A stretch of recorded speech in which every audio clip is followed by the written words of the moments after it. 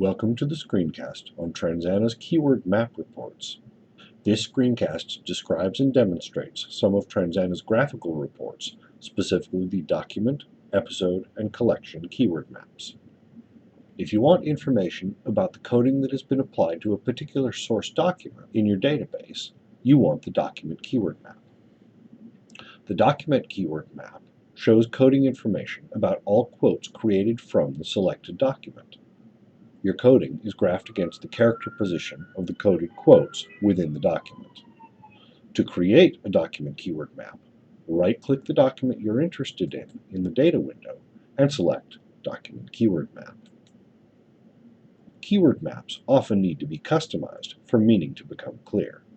This is accomplished through the Map's Filter dialog located on the left side of the Map toolbar.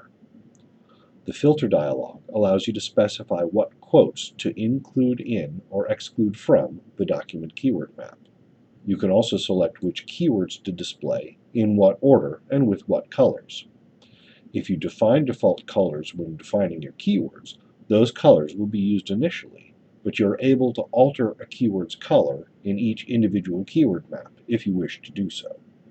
There are also a number of options that you can choose to customize your keyword maps further. I'm going to take a moment to change the order of the keywords in this display.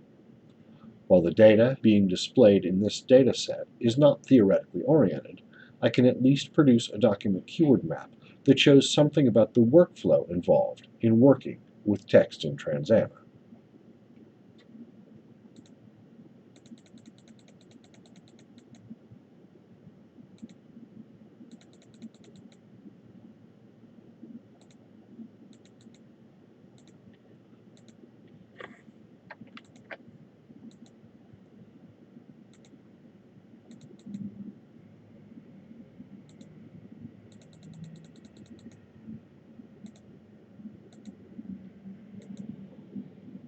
Note that data type's text was a default keyword applied at the document level, and it gives us a good indication of how thoroughly we have coded this document. We can see that the document starts with some preliminary discussion of preparing data and setting up a library and document. We can see that there's information about collections, followed by a number of quotes about the standard creation method. There's then information about keyword groups and keywords, followed by a number of quotes about the quick method of quote creation. But what about these quotes here? Well, it's actually pretty easy to find out. I could click one of those bars, and Transana would close my keyword map and load the quote I clicked on. Instead, I'll right-click that bar. That way, Transana will leave my keyword map open and load the quote in the background. I can then use the Window menu to control what Transana windows are displayed at any given time. This helps some. This looks like the definition of standard quotes. But maybe it would help me understand it better if I saw the quote in its original context. So I'll go back to my keyword map, and this time I'll hold down the Control key on Windows or the Command key on OS X and right-click the bar in the document keyword map. Now Transana loads this quote in the context of its original document for me to examine. I can see that this quote and the one following it highlight the definition of terms for methods of quote creation that are demonstrated later in this document.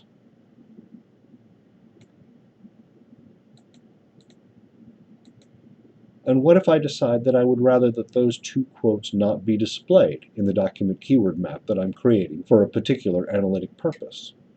I can hold my mouse over the quotes in question to find out what they are named, and I can then use the filter dialog to tell Transana not to include these two quotes in my data display. Let's also hide the data type's text keyword. I now have a graphical report that tells me the story of this particular document in terms of the coding that I've applied to it, as modified by my report filter. I can choose to save this display as a JPEG graphic for external use, or I can send it to the printer if I wish to.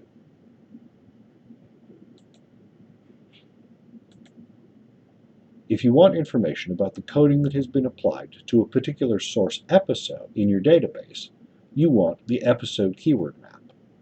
The episode keyword map shows coding information about all the clips created from the selected episode, as well as any snapshots that have been attached to that episode.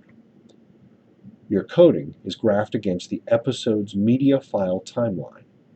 To create an episode keyword map, right-click the episode you're interested in the data window and select Episode Keyword Map. Again, this keyword map needs to be customized for meaning to become clear. This is accomplished through the Maps Filter dialog, which is located on the left side of the Maps toolbar. The Filter dialog allows you to specify what clips and snapshots to include in or exclude from the episode keyword map. You can also select which keywords to display, in what order, and with what colors. As mentioned before, if you define default colors when defining your keywords, those colors will be used initially, but you are able to alter a keyword's color in each individual keyword map. There are also a number of options you can choose to customize your keyword maps further. I'm going to take a moment to change the order of the keywords in this display. While the data being displayed about this data file is not theoretically oriented, I can at least produce an episode keyword map that shows something about the workflow involved in working with media data in Transana, which is the topic of this media file.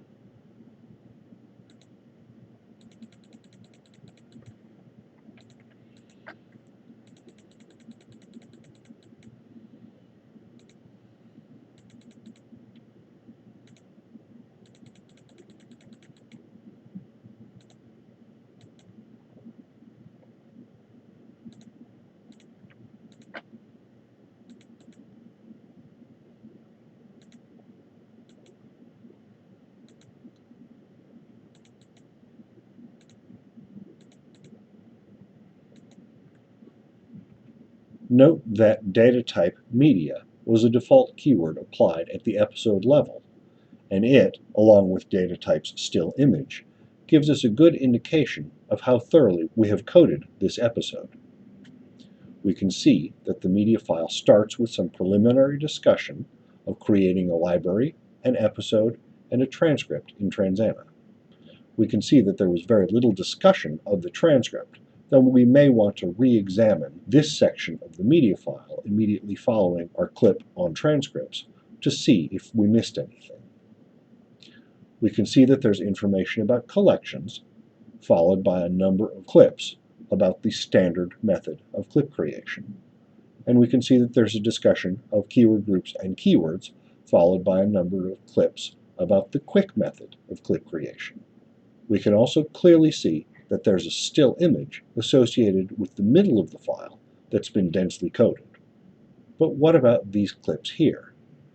We can interact with the episode keyword map the same way we interacted with the document keyword map, clicking on the bars in the report to load the appropriate data into Transana's main interface. If we left-click, Transana closes the keyword map, while if we right-click bars in the keyword map, Transana loads the data in the background and leaves the map open. If we just click, Transana loads the clip or snapshot indicated, but if we hold down the Control key on Windows or the Command key on OS X, when clicking the coding for a clip, Transana loads the clip in the context of the original episode. Snapshots are not affected by the modifier keys, as the relationship of the context of a coded snapshot to the source image data is handled differently than when we are working with text or media data. Again, let's open the filter dialog so we can tell Transana not to include two clips that don't fit particularly well in the data display. I can hide the data types media and data types still images keywords, and in this case I will hide the snapshot as well from this data display, as I plan to deal with that separately. So here's my modified episode keyword map to save to a JPEG file or print as I see fit.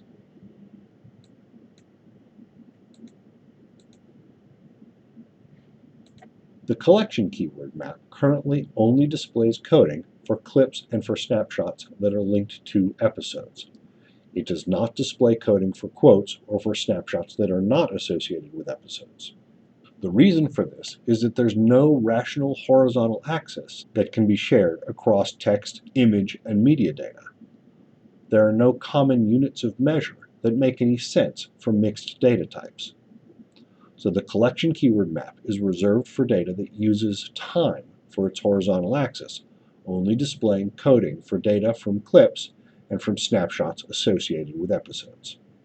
To create a collection keyword map, right-click the collection that you're interested in the data window and select Collection Keyword Map. Transana constructs an artificial timeline out of the lengths of the clips displayed, and it is up to the researcher to determine whether or not this axis provides interpretable order and duration information based on the data being represented. The collection keyword map has a filter dialog with functionality similar to what has already been described and demonstrated. I won't go over that information again at this time. Please be sure to watch the screencast on Transana's filter dialog. While many filter dialog options have been discussed and demonstrated in the context of the keyword maps, there is some important additional filter dialog functionality common to most of Transana's reports that is described in that screencast.